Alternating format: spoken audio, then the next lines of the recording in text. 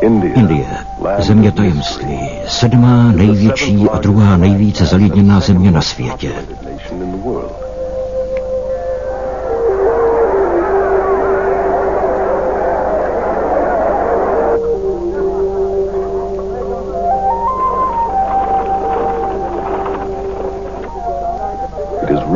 Je bohatá na zdroje a pracovní síly a přesto lidé, kteří v ní žijí, patří k nejchudším a nejvíce strádajícím na zemi.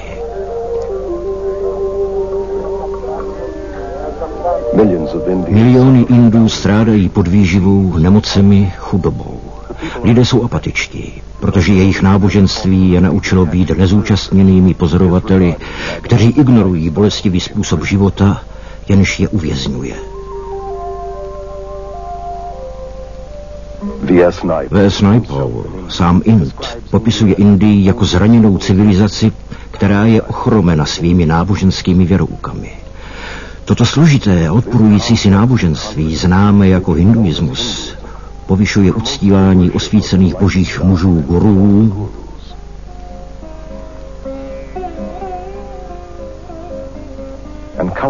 a další nesčetné modly.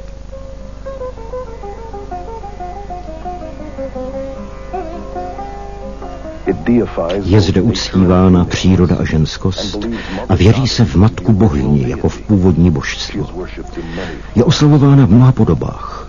Jako matka Indie ve tvaru její mapy, jako matka země je uctívána v podobě krávy, jejíž moč je dokonce považována za posvátnou. V bohyni Kálí, v bohyni smrti a zkázy, která požaduje usmíření skrze krvavou oběť.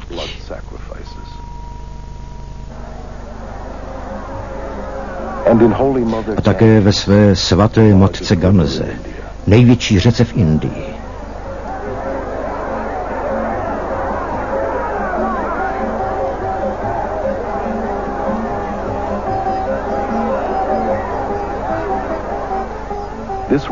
Tato řeka je uctívána miliony lidí, kteří se shromažďují u jejich břehů, aby vykonali denní toaletu a aby každoročně přinášeli k ponoření 100 000 mrtvých těl a tím jim zajistili lepší převtělení. Znečištění Gangy nemůže zmenšit náboženskou zanícenost lidí, kteří věří, že její vody jsou nezbytné pro všechny náboženské úkony a že je v ní skrytá magická a uzdravující moc. Je až neuvěřitelné, že Západ se dnes dívá na hinduistické pověry s nadějí. Náboženství, které má vše, ale zničilo Indii, proniklo každou oblastí západní společnosti s argumenty, že to není náboženské, ale vědecké. Mění naše vědomí, vědu, medicínu, hromadné sdělovací prostředky, politiku a církev. Hinduismus je nejlákavější, když si nasazuje masku křesťanské terminologie a šokujícím způsobem se mu podařilo vydávat se za nejnovější křesťanské myšlení.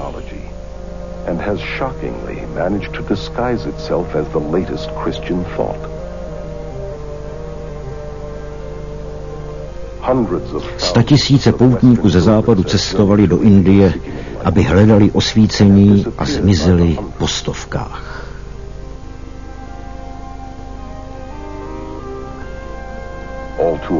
Velmi často jsou poutníci zničeni šílenstvím a zvrácenostmi právě těch guruů, které sami uctívali a u kterých hledali spasení. Today, hundreds of these professing God-men are invading the West.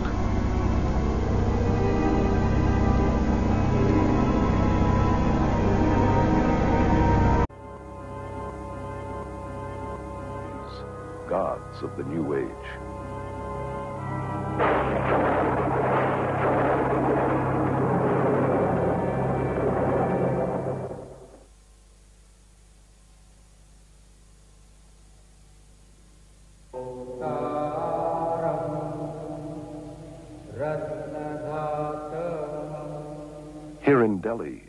Guru Darshan Singh, jeden z mnoha stovek gurů, osobně obrátil nebo inspiroval asi 15 000 následovníků. Objasnil, že úkolem gurua je vycvičit své následovníky k nejkratší cestě ke spasení. Spasení je stále totéž, ale vedou k němu různé cesty.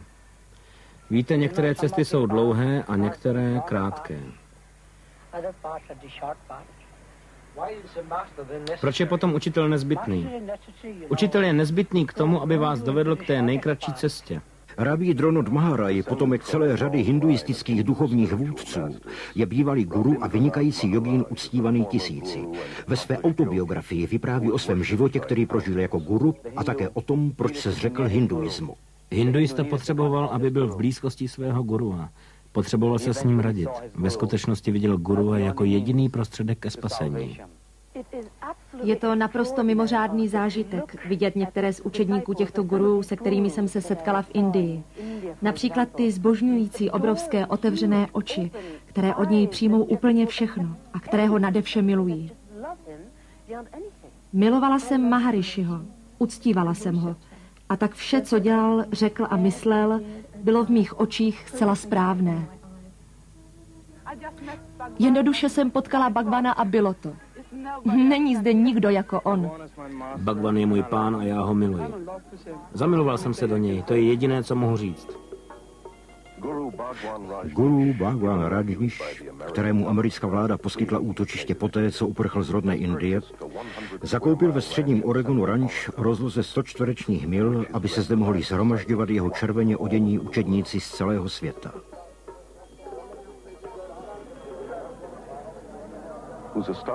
Jeho titul doslovně znamená nejvyšší duchovní učitel, pán vesmíru, úctyhodný pán a král. Cheryl Metrushianová je novinářka a autorka knihy Bohové New Age. Narodila se a vychována byla v Indii. V roce 1973 se přestěhovala do Londýna, kde se stala jednou z vedoucích autorit přes nová náboženská hnutí v Anglii.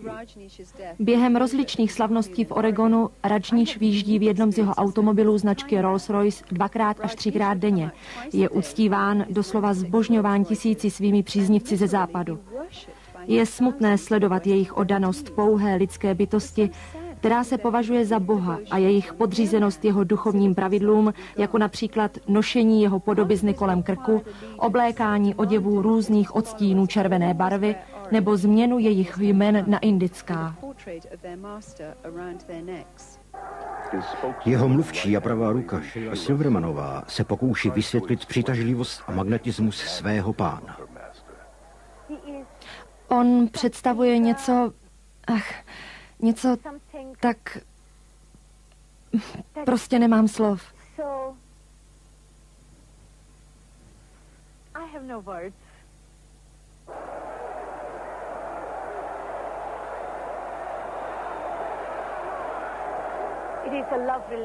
Je to překrásné společenství, pán a učedníci. Něco se děje ve vašem srdci, když vidíte pána. Bhagwan je můj pán.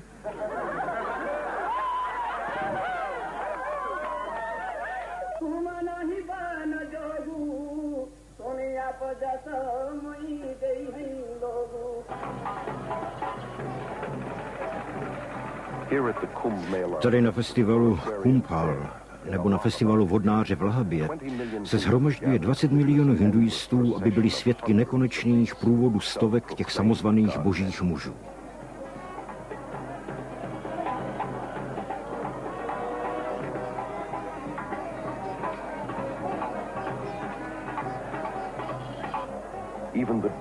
Dokonce i špína pod chodidly gurů napomáhá učedníkům v hledání spasení.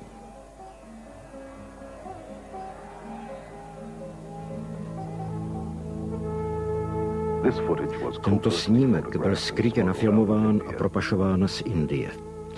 Nazí kněží jsou považováni za ty nejsvětější a nejvíce odevzdané učedníky.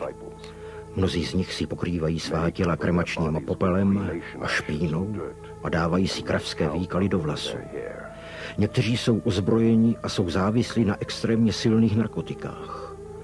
Obětovali úplně všechno, rodiny, vlastnictví a dokonce i své mysli, které jsou doslova zblázněné do gurů.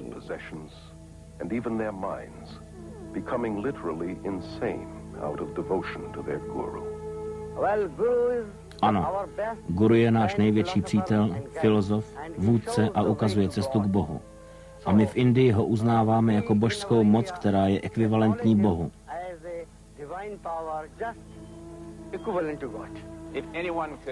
Kdyby kterýkoliv normální člověk mohl být poblíže milovaného učitele a zakoušet tu lásku, soucit, skromnost, milost a štědrost, věděl by, že stojí vedle chodícího, mluvícího a živoucího Boha na zemi.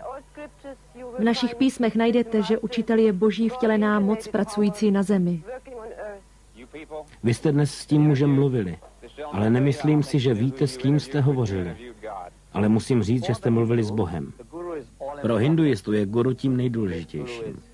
Guru je jeho pánem, jeho učitelem, zachráncem, dokonce větším než sám Bůh. Ano, guru je větší než Bůh. Mluvila jsem osobně s mnoha guruji a smutným faktem je, že oni musí být ve svém věroučném systému odděleni a vzdáleni od svých emocí a soucitu a jejich hrubost a nelidskost je chápána jako duchovní a omlouvána jako svatá. Měl jsem skutečný zájem o jejich uctívání, velebení, dary a oběti, které mě přinášely. Ale určitě mě nezajímaly jejich problémy, těžkosti, strádání a bolesti.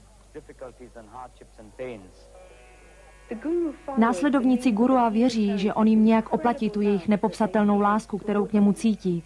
Ale ve skutečnosti je to jinak. Guru vysává jejich emoce, aby si udržoval svoje vlastní já. Tolik lidí sem přichází, protože jsou zamilováni do Bhagavana. Také hledají moudrost a lásku, kterou Bhagavan nabízí. Ano, má tolik lásky a tu lásku dává každému a to nám napomáhá najít lásku, kterou máme v sobě samých.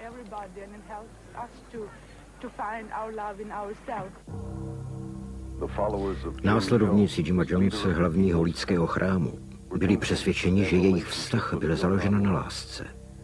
Téměř 1000 jeho oddaných učedníků spáchalo sebevraždu na jeho příkaz. Byl to jejich poslední dar totální oběti jejich vůdci, kterého milovali. Jejich životy byly ukráceny mužem, který se prohlásil za Boha převtělení Ježíše Krista. Guru Sai Baba je jedním z nejmocnějších mužů v Indii. Má miliony učedníků a rostoucí počet následovníků na západě. On sám říká: jsem Bůh, moje moc je božská a nezná omezení.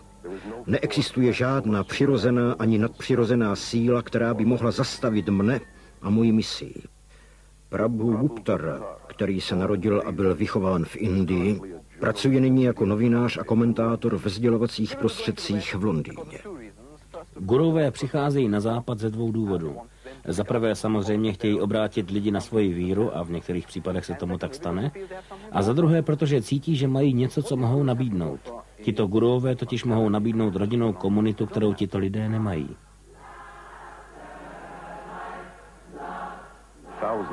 Tisíce hledačů, většinou z rozvedených nebo nepevných rodin, kteří jsou již emocionálně zraněni, se stávají oběťmi gurů.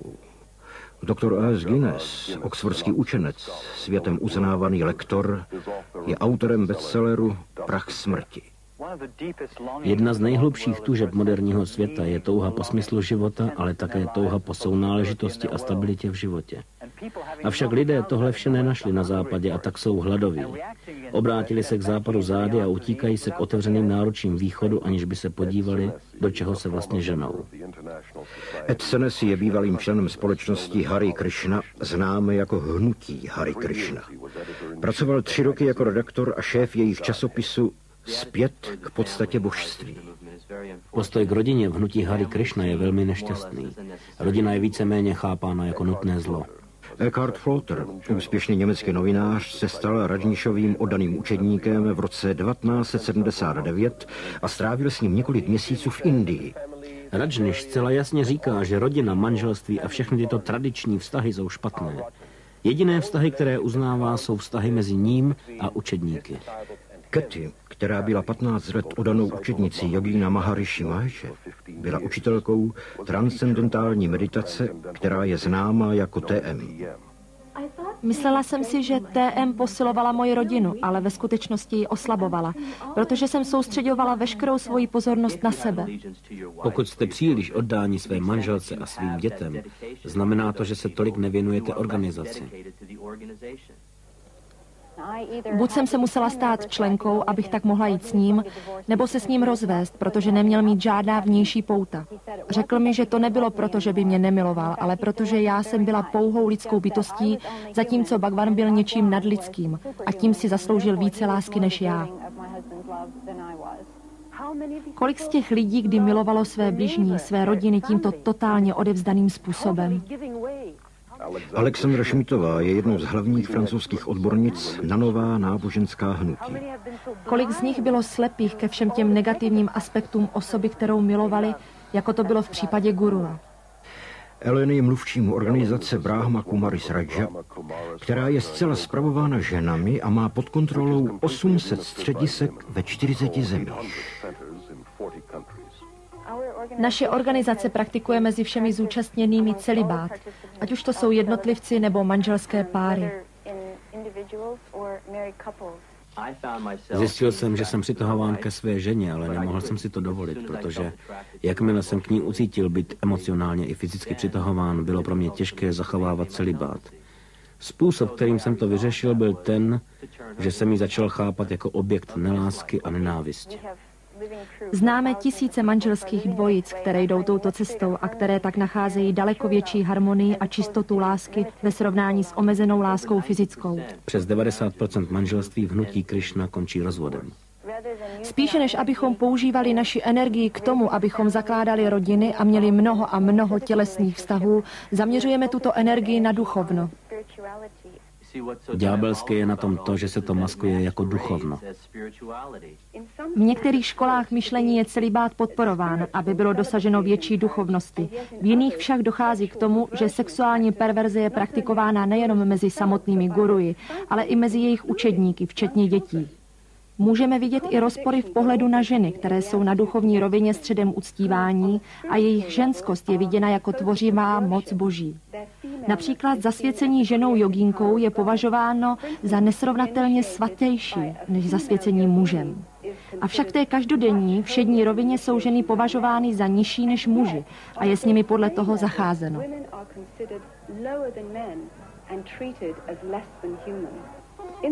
V náboženských komunitách v Indii, které jsou známé jako ašramy, není v žádném případě místo pro děti a zde na západě se dá obecně říci, že guru odmítá břemeno a odpovědnost za děti, protože to vytrhuje rodiče z jejich oddanosti jemu a z vlivu gurua na ně. Mají školský systém, ve kterém nutí 5leté děti, aby žili v ašramu. Spousta dětí se tam cítila jako ve vězení, nemohli jít nikam jinam s výjimkou farmy. Škola byla pro rodiče místem, kam poslali děti, aby se jich zbavili.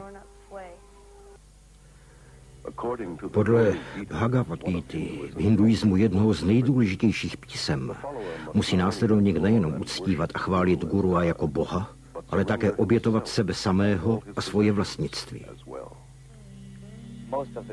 Většina gurů, které na západě znám, jsou neskutečně bohatí. Guruové se více zajímají o bílé učedníky než o indické povětšinou proto, že od bílých dostávají více peněz.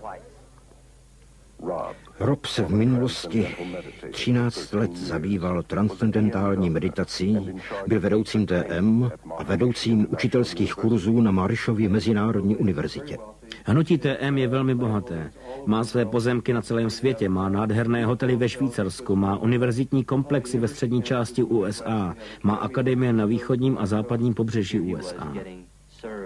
Zde mu bylo 6krát denně prostíráno na stříbrných talířích. Spal ve velmi měkké posteli, vše si obstarával v Mercedesu, ale údajně pro něho tyto věci nebyly důležité a nebyl k ním připoután, což ho opravňovalo, aby se z nich radoval. Maharishi řekl, že když dostává peníze, je to transcendentální. Peníze jsou naší poslední prioritou. Vše ostatní je na prvním místě. Stovky gurů se staly na západě bohatými díky darům, které nepodléhají zdanění, ale také díky výrobě a prodeji různých druhů suvenýrů a věcí, které oslavují tyto samozvané boží muže. Získali obrovské pozemky, ozbrojenou tělesnou stráž, luxusní hotely, měli celé strojové parky letadel, helikoptér A sám Rajnish vlastnil 40 automobilů značky Rolls-Royce. Proč nemít Rolls-Royce? Proč se spokojit s něčím menším? Tato země je kapitalistická a cokoliv pomáhá a rozvíjí kapitalismus, je dobré. Komukoliv, kdo říká, na co mít Rolls-Royce, já říkám, jsi komunista.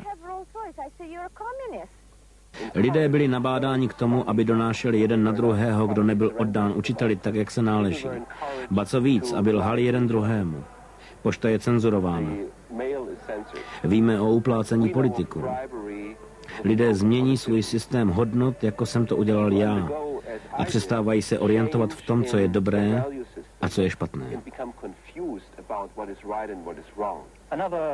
Další nebezpečí, které můžeme nalézt v mnoha východních směrech, je určitý druh synkretismu a nedostatek pochopení pro odlišnosti.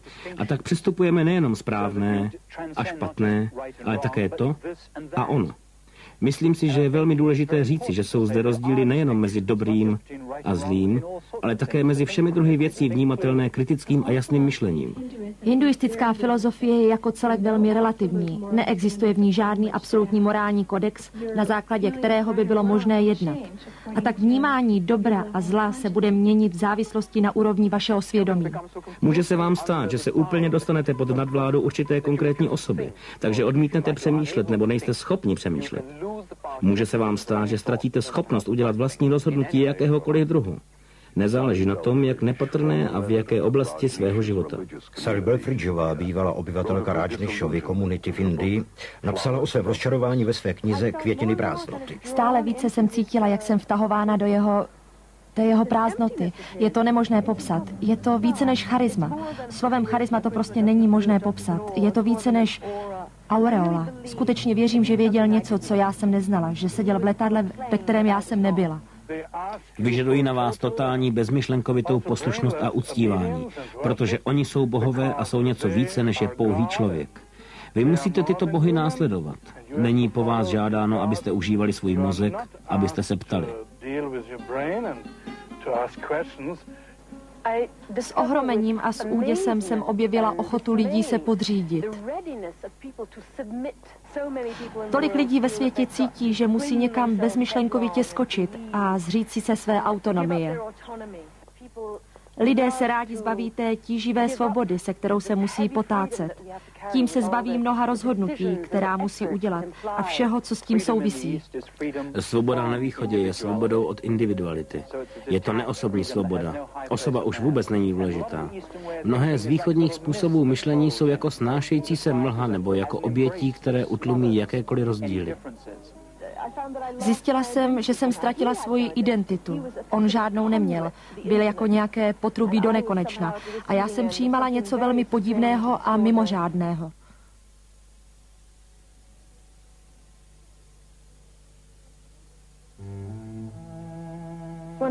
Byli jsme vyučováni a vedeni k tomu, abychom ignorovali tu hroznou a neomluvitelnou bídu a strádání lidí v Indii. Kolem bran ašramu se dnem i nocí shromažďovali žebráci, děti hladověly a žili v malých chatrčích kolem. A toto měla být náboženská komunita. Ty rozpory byly hrozné, ale většina z komunity jako by to ani neviděla. Zdálo se, že je to vůbec nevzrušuje.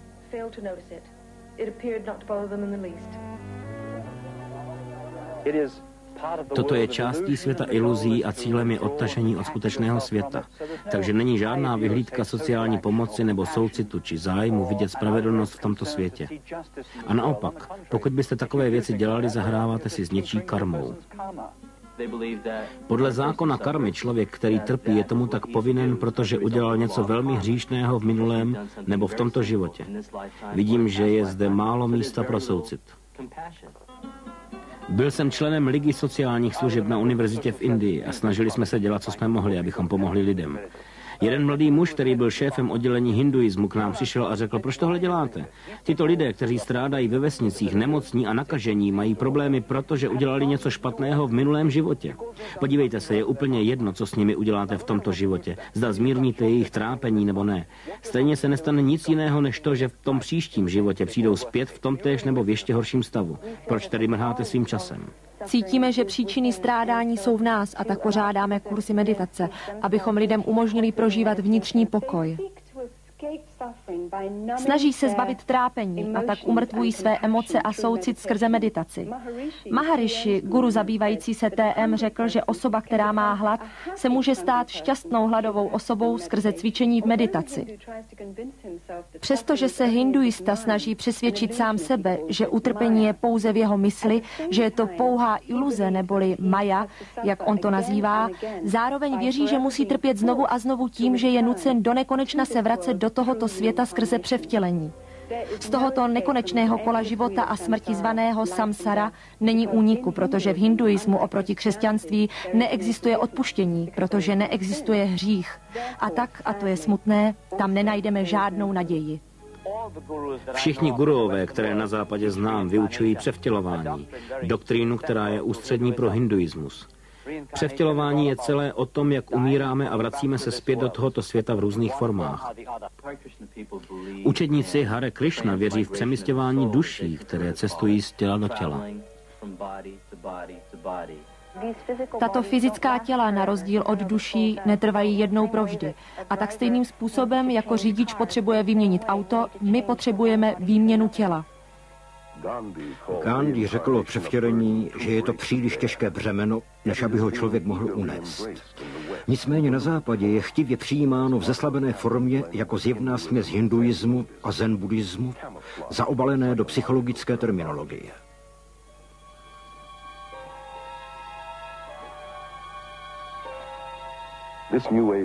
Toto náboženství New Age je rozšiřováno skrze tisíce světových rozhlasových stanic a stovky velkých shromáždění takových, jako je festival Mysl, tělo a duch, který je pořádán v Los Angeles.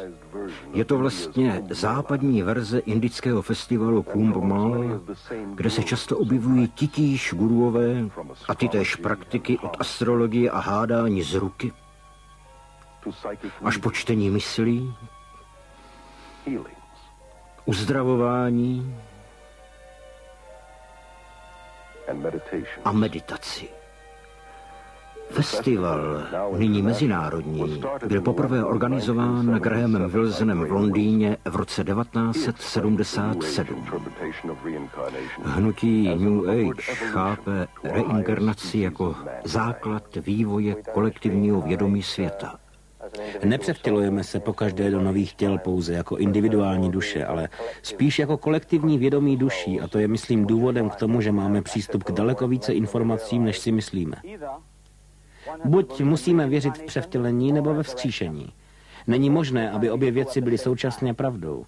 Jsou takoví, kteří věří, že Ježíš Kristus byl převtělením Krišny, nebo Budhy, nebo nějakého velkého učitele z minulosti, avšak Bible toto absolutně popírá. Do začátku 60. let na západě věřila v převtělení jen hrstka vyvolenců.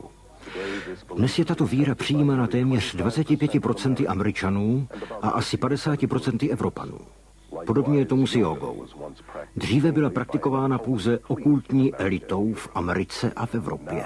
Nyní se aktivně zabývá nějakým druhem východní meditace přes 19 milionů Američanů a v Evropě ještě o pár milionů více. Celkově asi 60 milionů Američanů přijalo východní filozofii do svých světových myšlenkových názorů. Bible učí, že Ježíš Kristus přišel jednou a pro všechny. Když zemřel, nepřevtělil se, ale byl vzkříšen. Lidé jsou předurčeni k tomu, aby zemřeli jen jednou a po smrti přichází soud. Soud Boží. Zjistil jsem, že na západě se převtělení stalo něčím jako módou. Avšak pro Indii a Asii jako celek převtělení určitě módou není. Je to určitá forma trestu. Tento kolotoč života a smrti, umírání a žití je skutečně hrozným faktem. Ten kruh je chápán v hinduismu jako strašná myšlenka, protože jediným cílem hinduistického náboženství je ve své podstatě dostat se mimo ten kruh, utéci z toho nekonečného umírání a žití a tím prostředkem, kterým se dostaneme z toho kruhu, je yoga. Yoga má svoje počátky u hinduistického boha jménem Shiva, který je nazýván Yogeshvara, což znamená pán jógy. Zjistíte, že yoga je vyučována v několika největších hinduistických spisech. Krishna, jeden z mnoha hinduistických bohů, byl obhájcem jógy. Yoga je také zmíněna v knize Gita jako jeden z hlavních prostředků k dosažení spasení. To slovo ve svém základu znamená jho, sjednocení. Největším cílem pro hinduistu je být spojen s Brahmánem. Brahmán je hinduistický pojem Boha, všeho, absolutna. Jóga je ve svých mnohých západních formách velmi blízká hnutí New Age, které si přivlastnilo základní hinduistickou věrouku a cíle.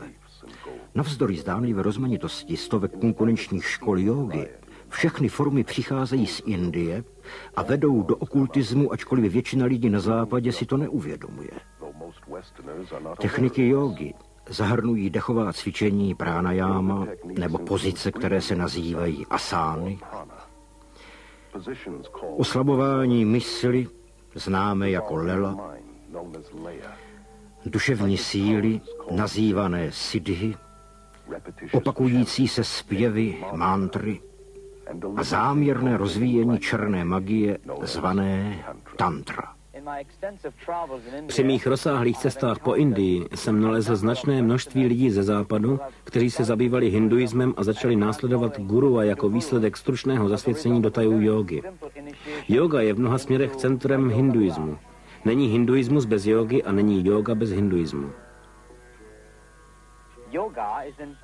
Přestože existuje mnoho typů jógy, jedním z nejznámějších je na západě ten, který je považován za fyzické cvičení a který se nazývá hatha yoga.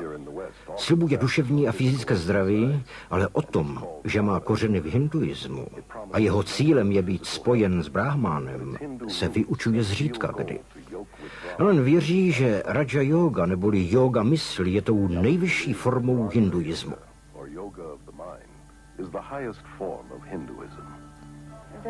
Brahma Kumaris Raja Yoga je formou meditace, kde duše začíná lépe rozumět sama sobě a má spojení s nejvyšší bytostí.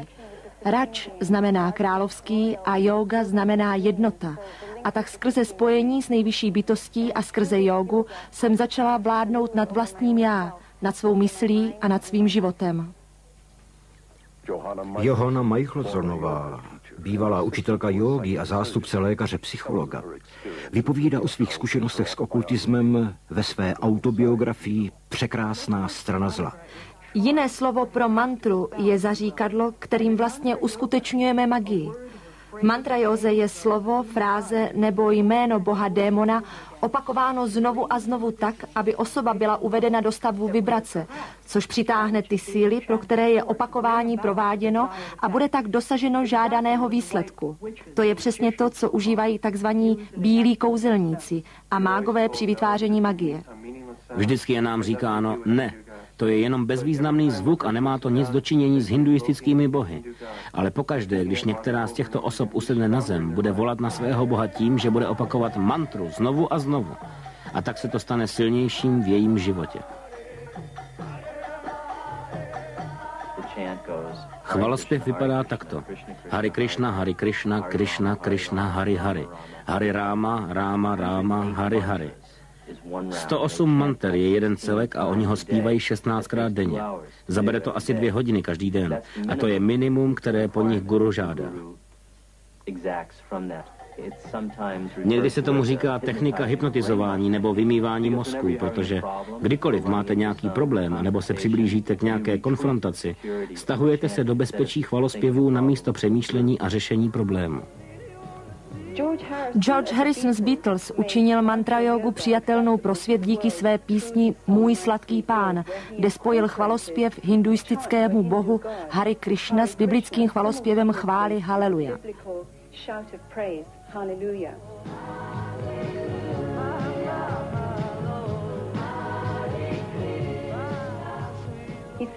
Řekl, že to udělal záměrně, aby ukázal, že obě náboženství jsou stejná a aby učinil hinduismus více přijatelným. Předstírání, že obě náboženství jsou stejná, není čestné, stejně jako směšování různých náboženských technik. Například stále více a více křesťanů používá jména Ježíš podobně jako mantru. Tvrdí, že je to prostředek, jak se dostat do přítomnosti Boží. Ježíš však řekl, že opakující se modlitba není pro Boha přijatelná. Maharishi Mahesh Yogi, původce TM, tvrdí, že uvedl východní meditaci na mystickou mapu.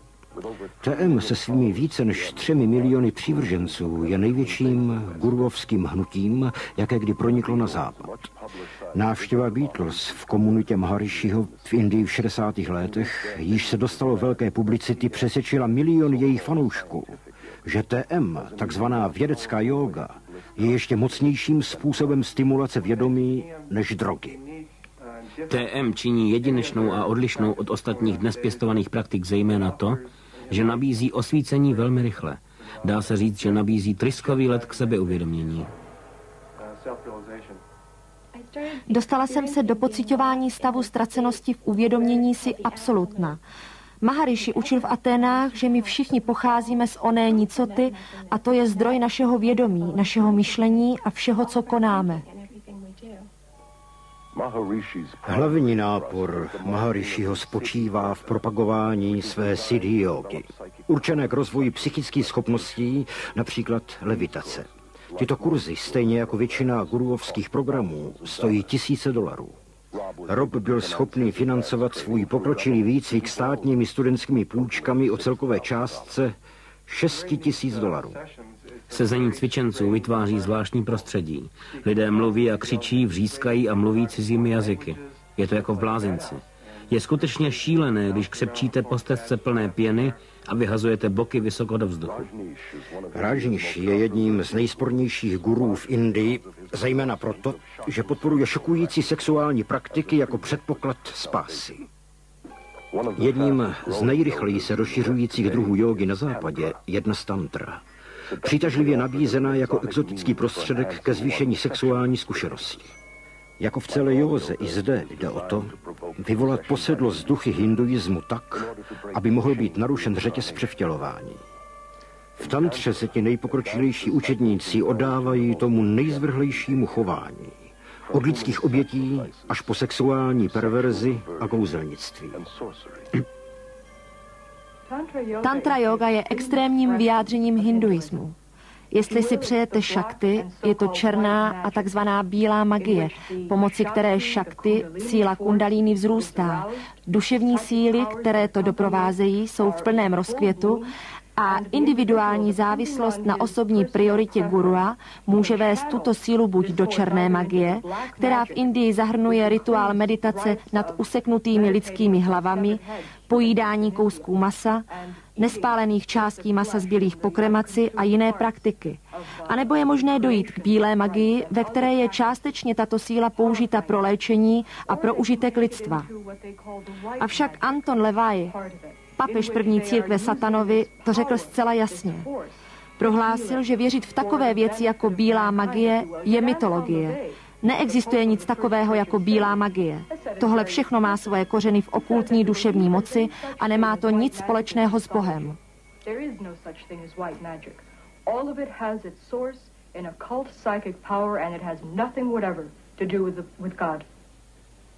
Toby je učitelem jógy ve skandinávské škole jógy a meditace v Aarhus v Dánsku, která propaguje tantra jógu. Tantra znamená osvobodit mysl skrze rozšířené vědomí, to znamená být schopen vnímat stále více a více reality ve skutečném životě. Ačkoliv jóga je prodávána západu skrze různé chytáky a techniky, její základ v okultismu zůstává stále stejný. Jejím centrem je touha po nesmrtelnosti. Tím nejvzdálenějším snem a cílem je dosažení vlastního božství, říkají tomu stát se Kristem. Navzdory tvrzení, že jóga je pouze tělesnou a nenáboženskou záležitostí, je skutečnou esencí hinduistického duchovna. Nakonec vede člověka do království duchovna, meditace, kdy osoba nahlíží sama do sebe, aby našla své pravé já.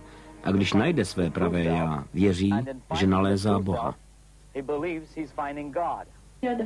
Když se teď dívám zpět, uvědomuji si jednu věc, která nahání strach. Když jsem začala mít tu zkušenost, že jsem byla Bůh a jako Bůh se mohla řídit svůj život a svůj svět, začala jsem to chtít. Dave Hunt, již vzpomínaný autor a lektor, je jedním z amerických vedoucích expertů přes hnutí New Age. Mezi knihami, které napsal, najdeme bestseller Pokoj, prosperita a blížící se holokaust. Vysvětluje, že hinduismus je založen na úplně stejných myšlenkách, jako najdeme v Bibli. Jako příklad uvádí hada, který se představil Evě v zahradě Eden. Jogíni vyučují úplně stejné lži, jakými Satan ve 3. kapitole Genesis oklamal Evu.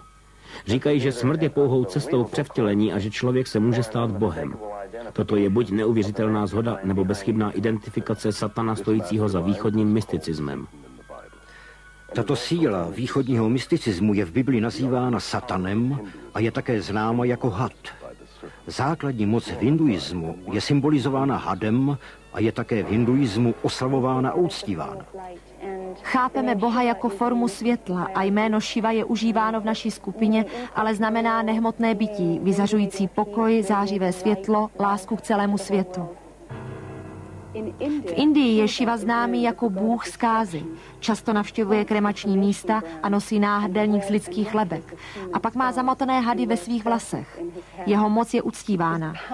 Hinduistické texty popisují jeho moc jako ohnivého hada, kundalíny. Spousta lidí mluví o kundalíny a ta skutečně představuje energii. To znamená, že jakkoliv to budeme nazývat, jde o energii. Tím, že od ní máme zábrany v našem energetickém systému, jsme schopni fungovat v daleko účinnější míře.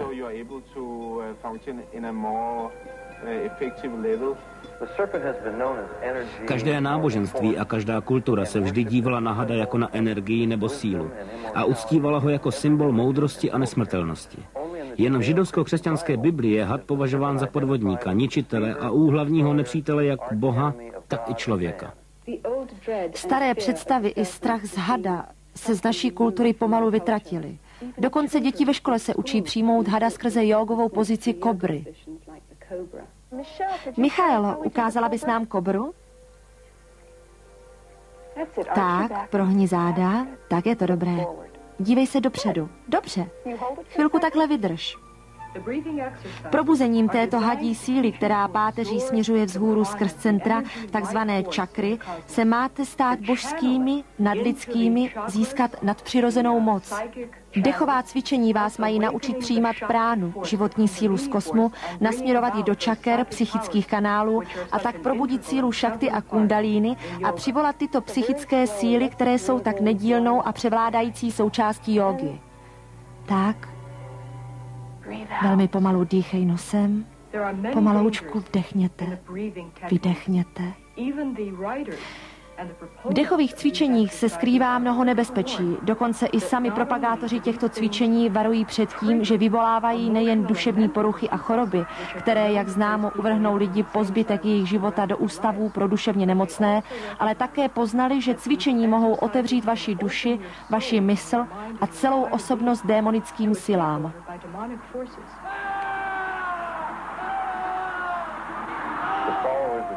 Sami následovníci učitelů nazývaných guru museli vytvořit rychlou záchrannou síť ze 4500 lékařů a psychiatrů, aby mohli léčit duševní problémy těch, kteří se z východní mystiky zbláznili. Většina lidí si vůbec neuvědomuje, jak nesmírně nebezpečné jsou stavy meditace, kdy je mysl úplně prázdná. A to je konečný cíl jogových meditací. Je to jako když otevřete dveře do pokoje. Nemáte žádnou kontrolu nad tím, co prochází. Existují některé cviky z hatha jógy, které mohou sloužit jako gymnastická cvičení, ale ve své podstatě to gymnastika není. Je to stejné jako služba v armádě. I ta má určité zdravotní aspekty a cíle. Zesílíte tam, máte více vytrvalosti, ale základním cílem armády zdravotní péče není. Hlavní cíl je naučit se zabíjet. S jógou je to stejné. Jejím cílem je naučit se zabíjet sám sebe. Zbavit se života a smrti, víc koloběhu reinkarnace. Myslela jsem si, že získávám sílu, ale ve skutečnosti jsem se ztrácela v jiném stavu vědomí, v jakési formě sebehypnózy, která velmi oslabuje mysl i tělo. A tato slabost mě plnila obavami se toho vzdát. Největší nebezpečí transcendentální meditace vidím v závislosti na technice jejího praktikování. Je to podobné jako drogy. A ten, kdo je drogově závislý, nechce s braním drog přestat, protože to přináší radostné prožitky. Má pocit, že se jeho život zhroutí, pokud drogu nedostane. Myslela jsem si, že prožijí opuštění Šangri-La, že všechno náhle zestárne, zeslábne a rozpadne se, protože jsem se bála, že ztratím všechnu tu svoji jasnost a energii.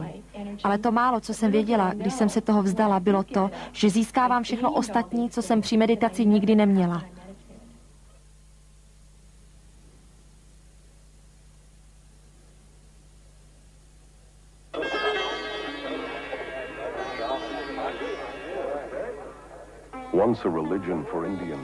Původně býval hinduismus jen náboženstvím samotných Indů. Poté, co přijal princip křesťanských misií, které začaly v Indii kulturní a sociální reformy, stal se radikálně evangelizačním náboženstvím. V roce 1966 na mezinárodní hinduistické konferenci naplánovali vedoucí hinduisté, jak obrátit svět.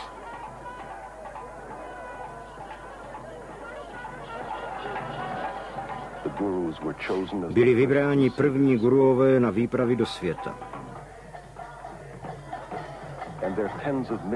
A desítky milionů jejich následovníků jsou nyní ti první západní hinduisté.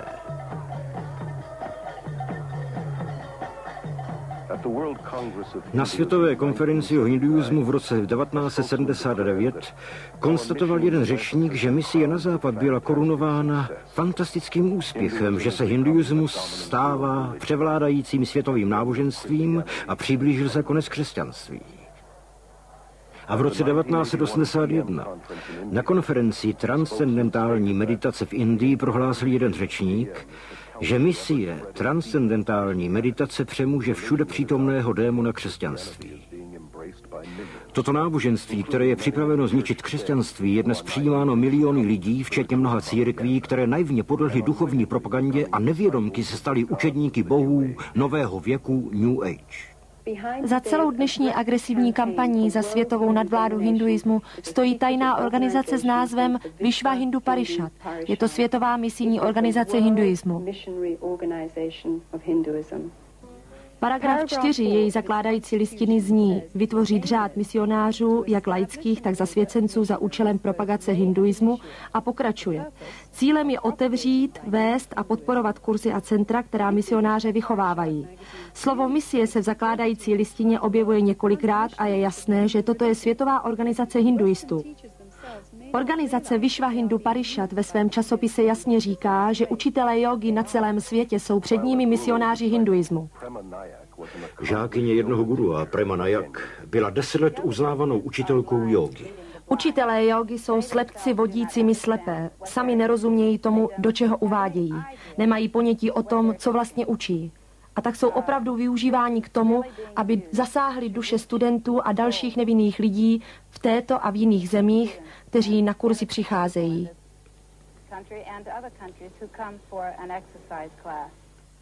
Když se podívám zpět, vidím, že to bylo nenápadné pronikání do mých myšlenek a ovlivňování věcí, kterým jsem věřila. Úplně to změnilo můj pohled na svět. Nedalo mi to téměř žádné morální zásady, které by vedly můj život. Stával jsem se hinduistou a byl to velký podvod.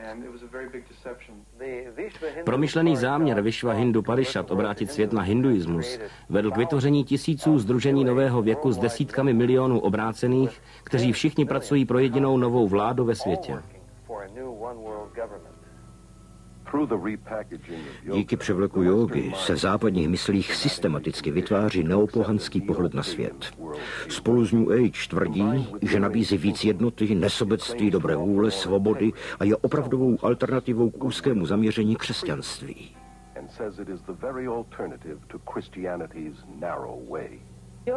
Jóga se opravdu stala součástí naší společnosti. Všude se prodává jako relaxační technika k osvobození od stresu, k tomu, abychom byli krásnější a radostnější.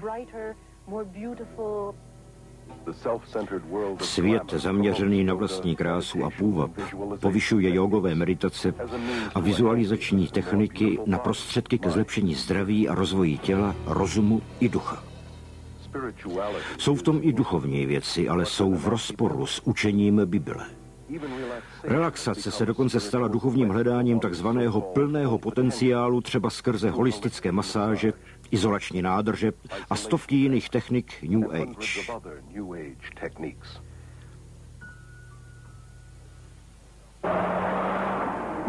Většina ze 2000 středisek IMKY v Americe nabízí kurzy jógy a skoro 2/3 všech amerických univerzit nabízejí jógu jako součást učebních plánů. Mnozí lidé praktikující jógu, se kterými jsem se setkal, mi tvrdili, že ji dělají jen kvůli fyzické kondici. Každý hinduista vám řekne, že neexistuje jóga, která by byla zaměřena pouze na tělo. Jako jednu z prvních věcí mě na kurze učili, že musím s žáky hovořit o filozofii jógy a že je to stejně důležité jako cvičení. Relaxace na konci cvičení je opravdu hypnóza, kdy je každá část těla uvolněna. Při této meditaci jsem žákům četla něco o hinduistické filozofii nebo z knih mého gurua. Museli to poslouchat, ať chtěli nebo nechtěli.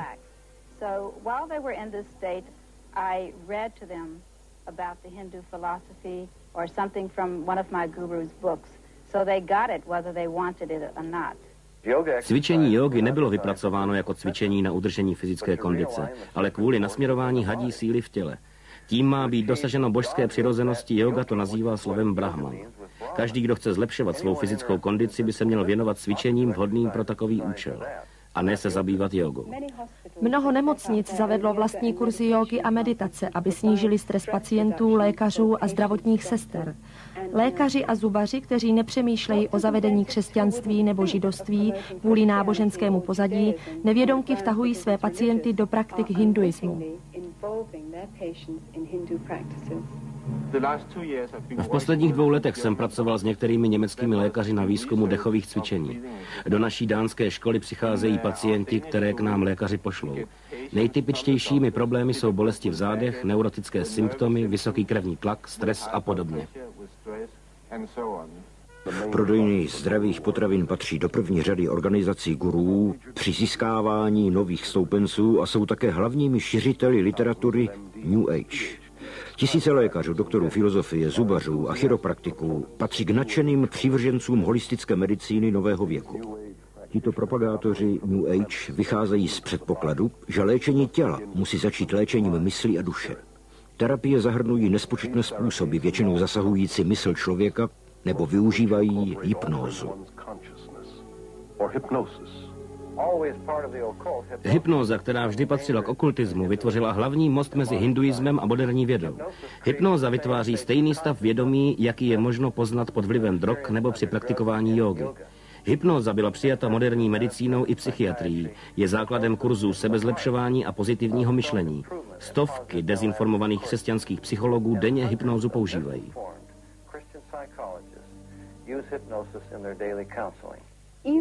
Dokonce i v dnešní církvi byla víra v Boha nahrazena vírou v naši vlastní víru, v naše pozitivní myšlení, v myšlenku, že pokud se nám nějak povede uvěřit tomu, že se něco stane, tak se to opravdu stane.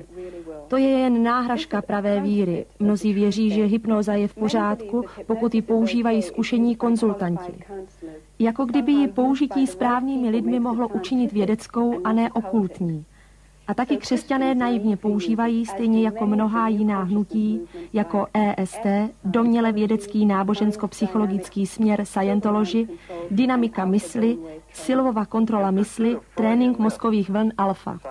Psychiatři pronásledovaní freudovskými představami využívají hypnózu k vrácení pacientů zpátky do dětství, do dělohy, kde se mohou uvolnit traumata při narození. Přes vědecké poznání, že prenatální a raný novorozenecký mozek není dostatečně vyvinut tak, aby byl schopen zachovat vzpomínky. Opravdu jsem znovu prožila své myšlenky při porodu, ale měla jsem pocit, že to nestačí. Šla jsem dál a prožila myšlenky při svém početí.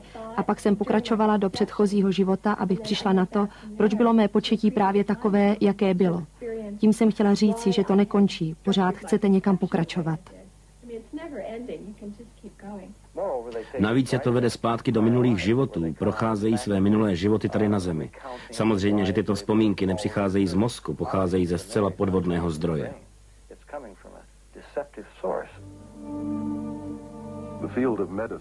V medicíně jsou zahrnuty četné z náboženských věr nového věku, které není možné vědecky vysvětlit.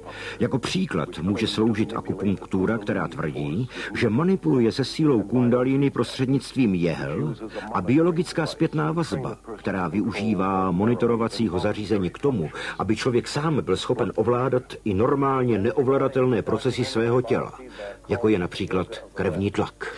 Dokumenty managerovy kliniky nazývají techniku biologické zpětné vazby jógou západu.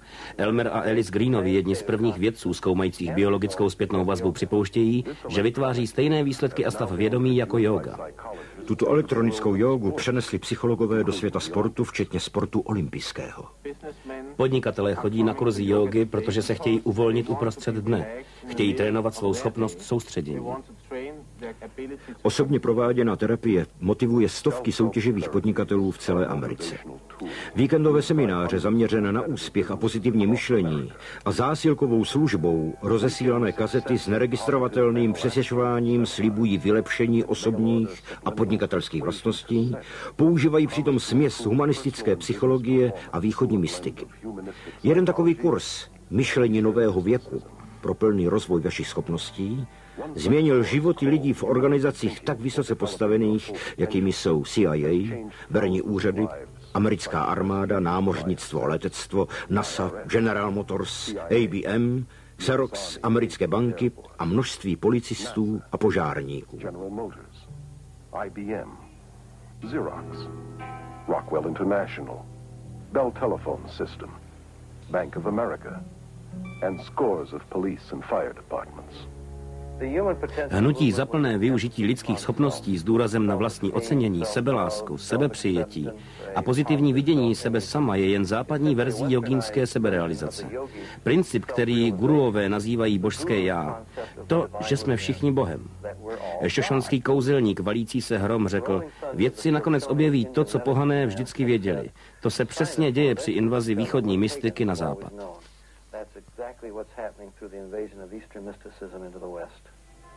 Mnoho významných vědců se v posledních letech nadšeně přidalo k východní mystice.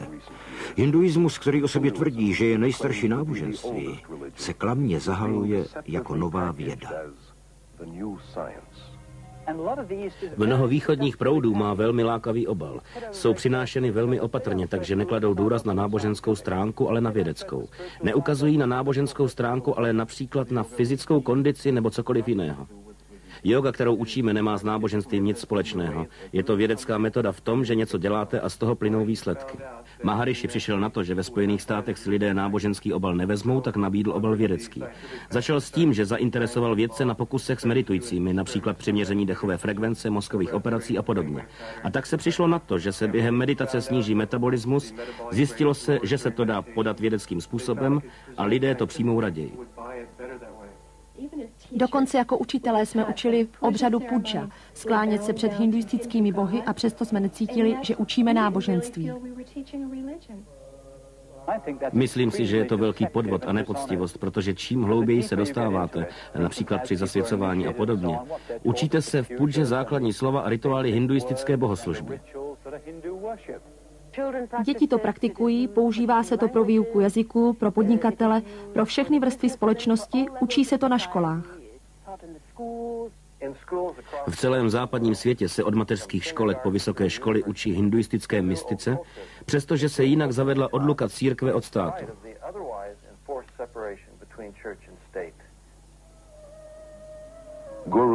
Guru Thakar Singh byl pozván na střední školu v Jižní Kalifornii.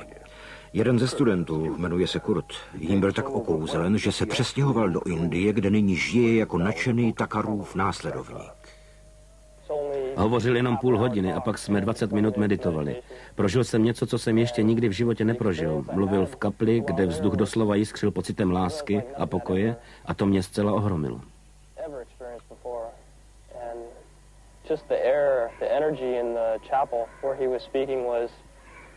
Just electrified with feelings of love and just a peace, a hushed quiet that was just bewildering to me.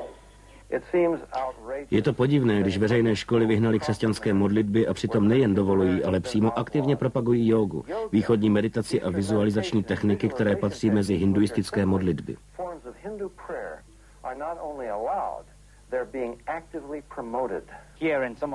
Některé školy na západě, které začaly s fyzickým cvičením jógy, pokračují tak, že učitel vede děti k tomu, aby zpívali slova Rama nebo Krishna, jména bohů.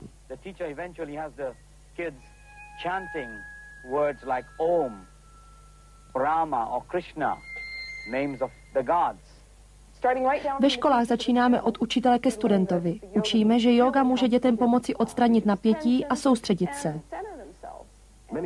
Mnoho učitelů je povzbuzováno, aby mezi studenty rozvinuli skupinové vědomí.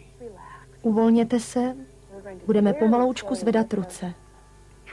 Děti se učí opustit své rozlišovací schopnosti a soustředit se na své intuitivní pocity a zkušenosti. Jen se uvolněte, představte si, že sedíte na vršku měkkého a načechraného obláčku, kde jste opravdu uvolněni, kde je vám dobře, ve své mysli vidíte modrou oblohu.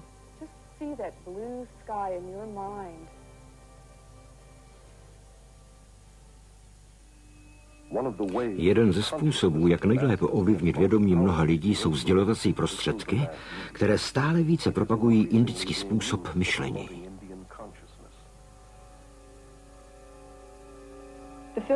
Film Gandhi byl pravděpodobně jednou z nejefektivnějších součástí indické propagandy na západě.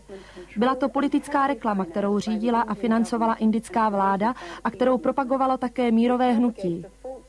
Film propaguje falešnou představu o hinduistické toleranci a nenásilí. Historicky je film dost nepřesný. Gandhi se moc nelišil od dnešních gurů.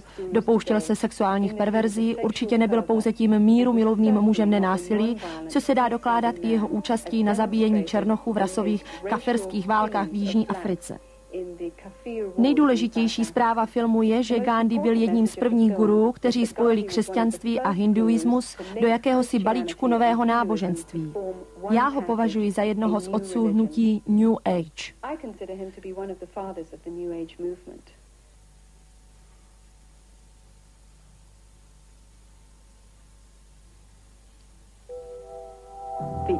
Východní gurové a okultisté vzali jednotlivé biblické termíny a našli pro ně jinou definici podle svého vlastního předpokladu. Bůh se stává neosobní silou, ne osobou, duchem, se kterým máme osobní vztah skrze jeho syna Ježíše Krista.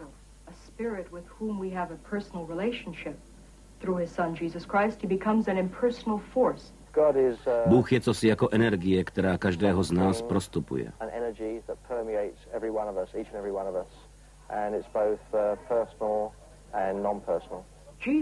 Ježíš se nestává cestou, pravdou a životem, ale je avatarem, tím, který ukazuje cestu, jednu z mnoha cest k Bohu. Ježíš Kristus byl samozřejmě osvíceným mistrem. Bhagwan je dalším Ježíšem, dalším Budhou. Ježíš Kristus byl velkým mistrem, tak jako náš mistr dnes. Slovo, které, jak říká Bible, se stalo tělem. Sám Ježíš nás varoval, že v posledních dnech přijde mnoho těch, kteří o sobě budou prohlašovat, že jsou Kristové nebo Mesiáši. Naše okolí se dnes hemží lidmi, kteří se za Krista prohlašují a východní učitelé jsou na prvních místech takového seznamu. Gurové udělali dvě věci. Na jedné straně používají východní slovník, který teď najdete všude na západě, jsou to slova jako energie, vibrace a podobně, a také užívají slova a verše z Bible, z Ježíšova učení, která překrucují a zneužívají, aby sugerovali, že to, co říkal Ježíš, se velmi shoduje s tím, co říkají sami, přestože to vůbec není pravda. V Bibli svaté se přímo říká: buďte dokonalí, jako je dokonalý váš nebeský Otec. Takže všichni můžeme být dokonalí stejně jako on.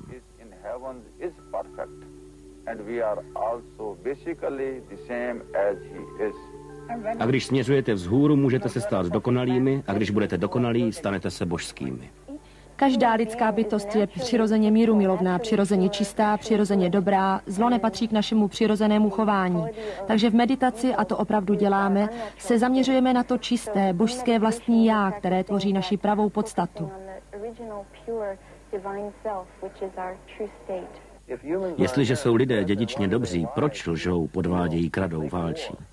Ať je v nás cokoliv dobrého, zjevně nám to nestačí zabránit dělání zlých věcí. Takže hledání spasení v nás samých je hledání u špatného zdroje.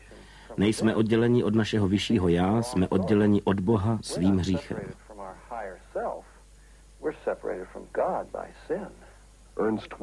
Ernst Winter je doktor mezinárodního práva.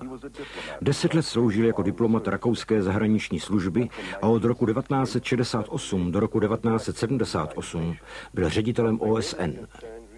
Nejvíce mě znepokojuje rostoucí zájem a využívání východního mystického myšlení a praktik v tradičních křesťanských skupinách a sborech. Je tam určité vákuum, které chce být naplněno okultní náboženskou zkušeností. Dnešní učení New Age nepravdivě tvrdí, že hinduistická duchovní zkušenost je srovnatelná s křesťanstvím.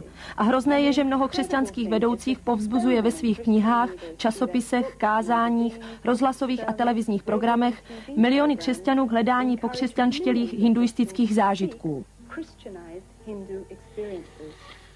Mnoho lidí z křesťanských církví k nám přišlo, aby s pomocí meditace zažili hlubší duchovní zkušenost a lépe poznali Boha. V této společnosti jsme si zvykli založit naši víru na zkušenosti. Pokud nám naše zkušenosti a pocity říkají, že něco je hodnotné, pravé a dobré, tak automaticky dojdeme k závěru, že je to měřítko absolutní pravdy. Nedělá se žádný rozdíl, jestli je ta duchovní zkušenost od Boha, našeho Otce, nebo od pána tohoto světa. Uznávání existence satana, ďábla nebo démonů se hodně vytratilo. Rozum říká, že nemůže být satan ani démoni. Jsou to psychologické jevy a asi by měly být léčeny psychiatrem. Proto se otvírají zkušenostem, které vedou mnoho lidí do okultismu.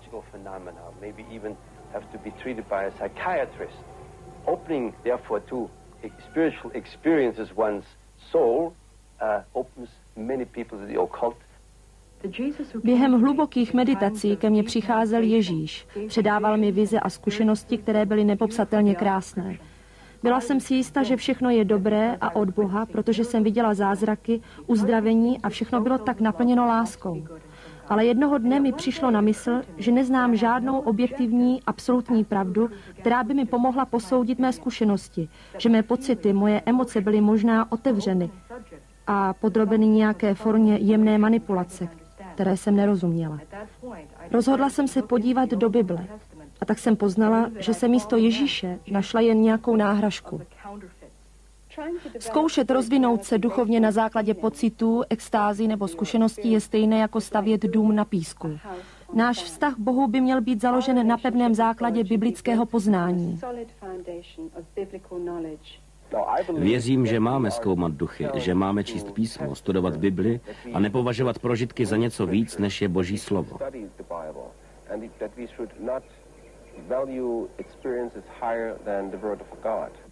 Biblická meditace je hlubokým zamyšlením se nad osobou a prací Boha a Ježíše Krista se soustředěním na Boží slovo, poznání Božího slova. Většina katolických klášterů a protestantských biblických škol zavedla různé způsoby meditace, které jsou založeny na praktikách jógy. Mnoho lidí v církvích a hlavně z řad vedoucích sborů a denominací se dívá na východní mystiku s velkou nadějí v to, že by mohla přinést život do mrtvého těla. Právě jsem absolvoval jednu ze známých amerických teologických fakult a zažil jsem alarmující vliv východní mystiky ve způsobech použití meditačních technik, biologické zpětné vazby, sebehypnózy a autosugestce, které se využívají jako nástroj k získání psychického a fyzického zdraví. Pro studenty je nebezpečné to, že tito profesoři používají při výkladu východních technik křesťanskou terminologii.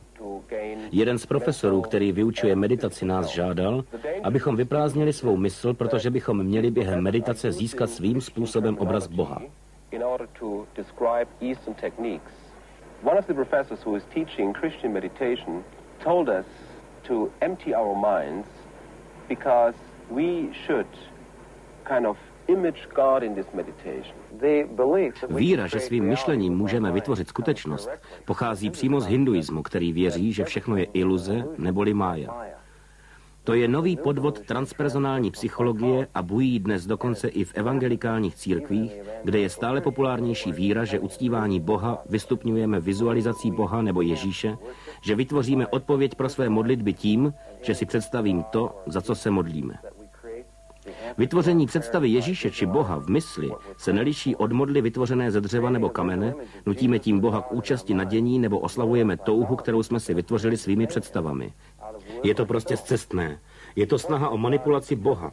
Nutíme ho, aby dělal to, co chceme, bez toho, že si to přiznáme.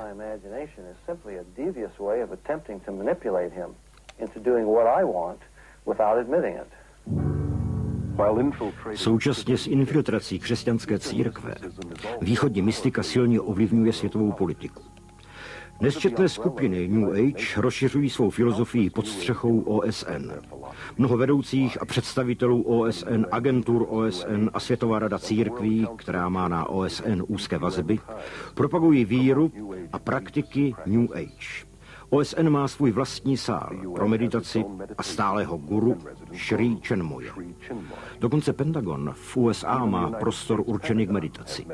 Absolvent Harvardské teologické fakulty Leland Stewart vede Radu jednoty a různorodosti, silnou organizaci propagující New Age, která vznikla na základě direktivy Generálního shromáždění OSN v roce 1965.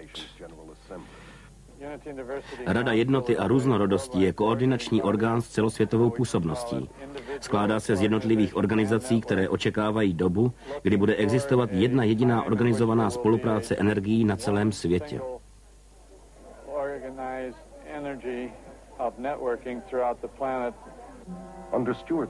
Pod Stewartovým vedením se v roce 1982 skupina spojila s festivalem Tělo, rozum, duch a posílila tak zástup těch, kteří jsou oddáni myšlence sjednocení všech náboženství do jednoho s jedním vůdcem světa.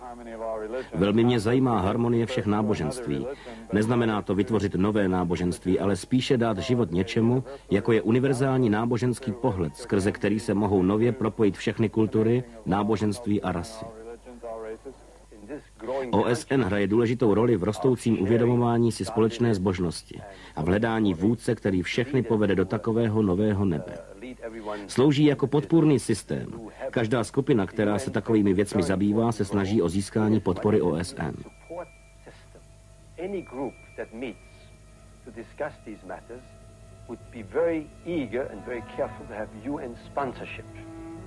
Naše organizace je zastoupena v OSN. Máme tam kancelář už asi 5 let. Účastníme se všech zasedání, která v OSN probíhají. Můžeme tam být jako pozorovatelé i jako účastníci. Nabízíme meditaci i představení své práce.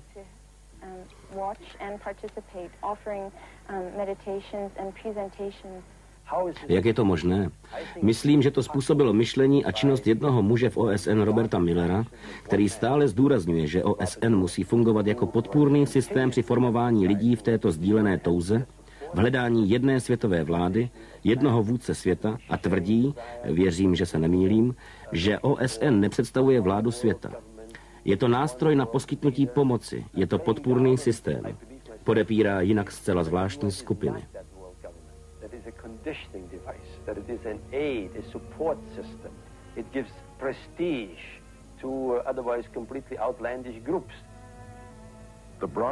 Zástupci OSN využívají Světovou duchovní univerzitu Brahma Kumariho v Indii k pořádání konferencí zaměřených na mír a jednotu.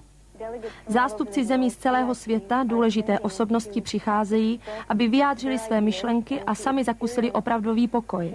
Tato zkušenost jim také umožní navrhnout nové zákony o všeobecném míru. Ty pak budou přijaty hlavami státu a navrženy OSN jako praktický postup.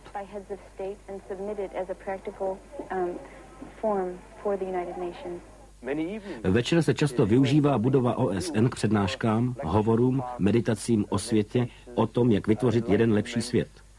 Vedoucí jsou vybízeni k meditacím a účasti, poněvadž je to částí jejich instruktáží nebo vymývání mozků. A to všechno je součást formování vize nového světa a nového věku, New Age.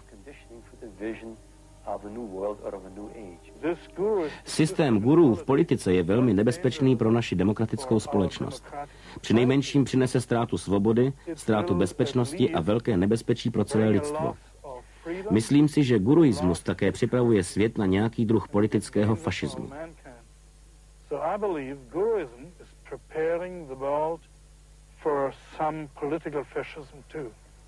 Jsme připravováni na podřizování se autoritě způsobem, který si asi ani neuvědomujeme.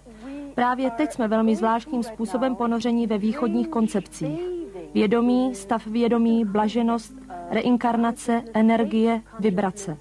Všechna tato slova, která v západním světě zdomácněla, také mění naši mysl, mění náš způsob myšlení. Tento změněný způsob myšlení uvádí mysl do určitého stavu a připravuje naše intelektuální fungování na podřízenost.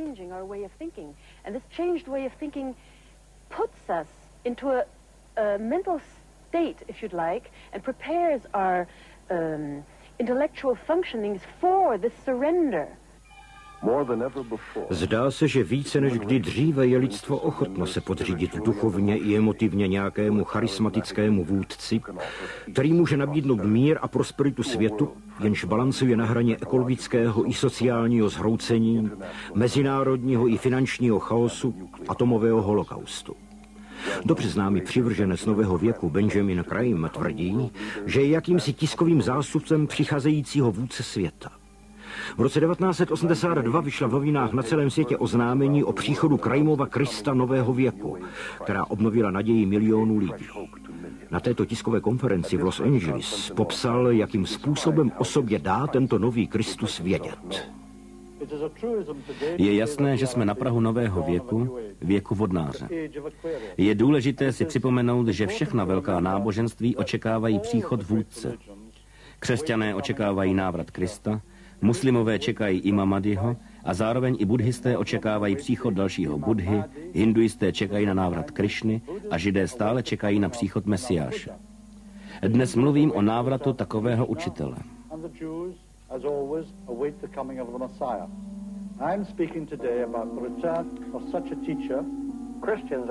Křesťané očekávají příchod vzkříšeného Ježíše se stopami hřebů na rukách a nohou, ale následovníci gurů očekávají příchod světového vládce, který rozhodně nebude tvrdit, že je Ježíš, ale že je posledním vtělením Kristova ducha a který bude mít takové psychické síly, aby to prokázal.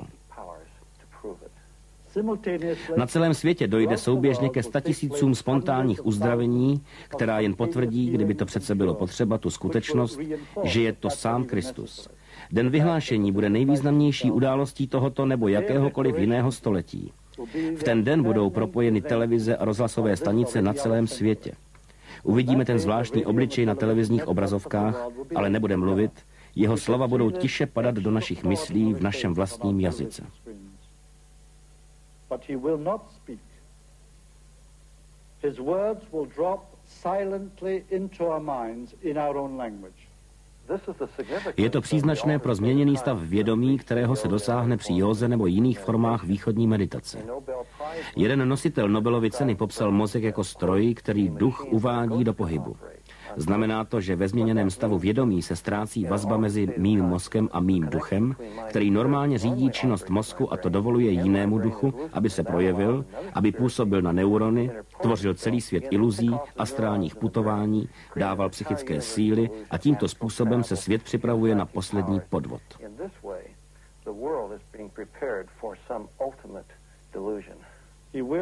Samozřejmě uvede nové světové náboženství a nejposvátnějším tohoto nového náboženství bude proces, kterému se říká ezoterické zasvěcení, které nás převede z lidského království do království Božího.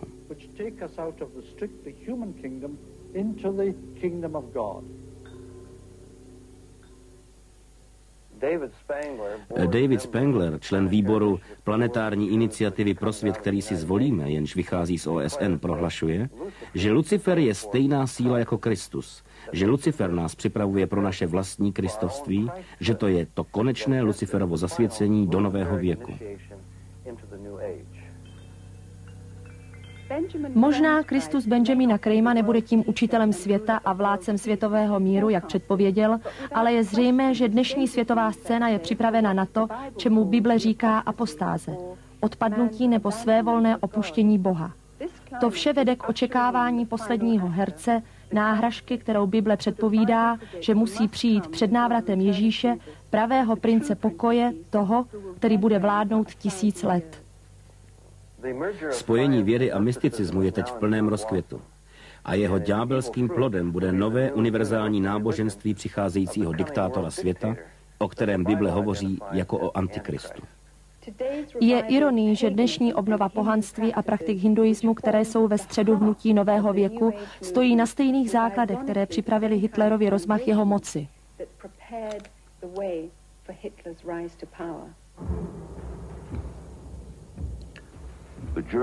Německo bylo ve 20. a 30. letech v ekonomické a sociální beznaději a hledalo vůdce, který by je osvobodil z Velké deprese. Muž, který přinesl příslib naděje, se jmenoval Adolf Hitler. Tvrdil, že byl Bohem ustanoven, aby všechny uvedl do tisíciletého království míru a prosperity. Jeho hypnotické síly zmanipulovaly celý národ, který se mu podřídil. Ve své posedlosti okultismem bral Hitler mnoho ze svých prapodivných myšlenek z hinduismu. Přivlastnil si symbol hákového kříže, svastiky. Hinduistický symbol moci, který najdeme v mnoha dnešních indických chrámech.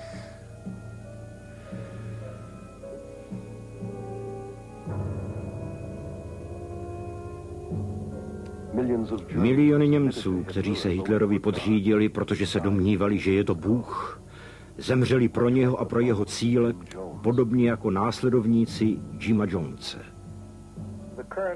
Současný světový rozmach hinduismu smíchaný s psychologií a maskovaný jako sebezlepšení, sebehypnóza, pozitivní myšlení, vizualizační techniky a kurzy dynamického myšlení otevřel svět mnohem větším možnostem duchovního podvodu, než bylo Německo v době, kdy přijalo Adolfa Hitlera. Dnes hledá zoufalý svět dalšího duchovního vůdce. Nepoučilo se lidstvo dosud ze svých omylů.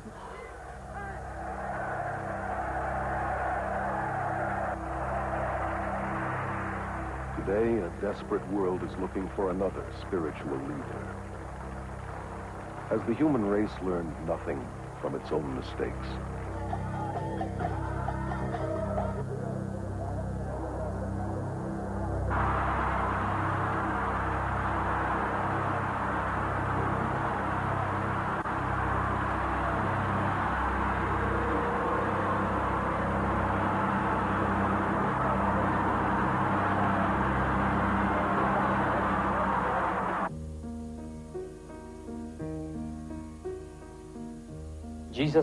Ježíš řekl, mějte se na pozoru, aby vás někdo nesvedl.